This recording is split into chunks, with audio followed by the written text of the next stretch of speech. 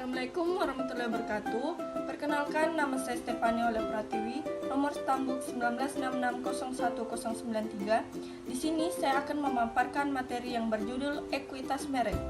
American Marketing Association mendefinisikan merek sebagai nama, istilah, tanda, lambang atau desain atau kombinasinya yang dimaksudkan untuk mengidentifikasikan barang atau jasa dari salah satu penjual atau kelompok penjual dan mendiferensiasikan merek dari para pesaing. Penetapan merek sudah ada selama berabad-abad sebagai sarana untuk membedakan barang dari satu produsen dengan produsen lainnya. Merek juga memiliki peran tersendiri yang berharga bagi perusahaan, yaitu yang pertama, merek menyederhanakan penanganan atau penelusuran produk. Yang kedua, merek membantu mengatur catatan persediaan dan catatan akuntansi. Yang ketiga, merek juga menawarkan perlindungan hukum kepada perusahaan untuk fitur-fitur atau aspek klinis dari produk itu sendiri.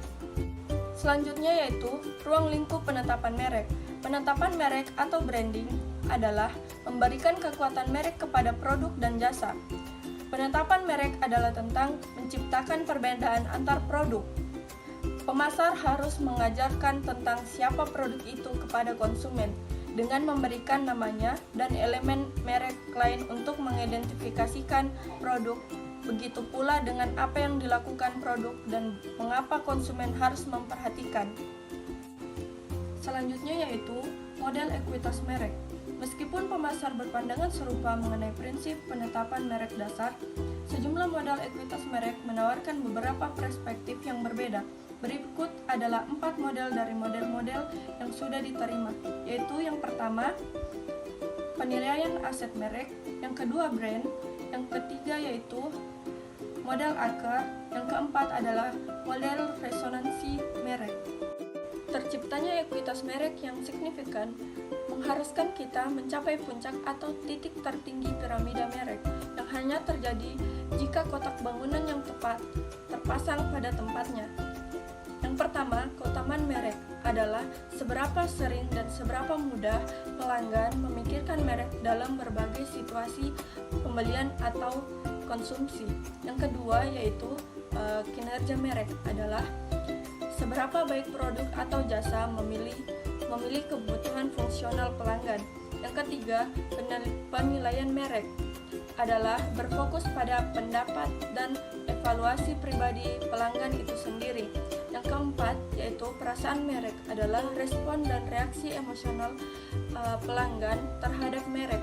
Yang kelima, yaitu resonansi merek adalah intensitas atau kedalaman ikatan psikologis yang dimiliki pelanggan dengan merek dan juga tingkat aktivitas yang dihasilkan oleh loyalitas. Kita juga dapat memilih elemen merek, di mana elemen merek atau brand elemen adalah alat pemberi nama dagang yang mengidentifikasikan merek.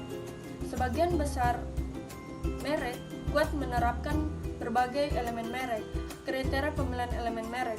Adapun kriteria pemilihan elemen merek yaitu dapat diingat berarti dapat disukai, dapat ditransfer, dapat disesuaikan, dan dapat dilindungi. Yang kedua yaitu mengembangkan elemen merek. Elemen merek dapat memainkan sejumlah peranan pembangunan merek jika konsumen tidak memeriksa banyak informasi dalam mengambil keputusan. Produk mereka.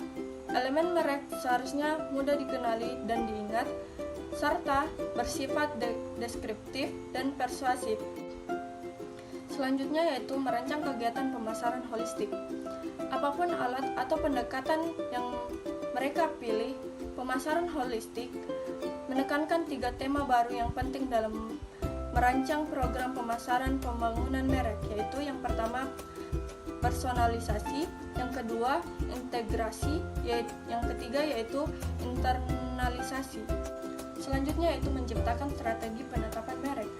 Yang pertama perluasan lini. Dalam perluasan lini, Merek induk digunakan untuk memberi merek pada produk baru yang membidik segmen pasar baru dalam kategori produk yang sekarang ini dilayani oleh produk induk, seperti melalui cita rasa baru, bentuk, warna baru, unsur yang ditambahkan, dan ukuran kemasan yang baru. Yang kedua itu perluasan kategori. Dalam perluasan kategori, merek induk digunakan untuk memasuki suatu kategori produk yang berbeda dari produk yang sekarang ini dilayani merek induk, seperti jam Swiss Army baruan merek merupakan perangkat lini merek yang disediakan penjual khusus bagi pembeli. Selanjutnya yaitu mengatur penetapan posisi merek. Pengertian posisi merek. Apa itu posisi merek? Posisi merek adalah tindakan merancang penawaran dan cita rasa perusahaan untuk menempati tempat berbeda di benak pasar sasaran Anda. Tujuan posisi merek. Tujuan posisi merek adalah menciptakan dan memposisikan produk pada pasar sehingga produk tersebut tampak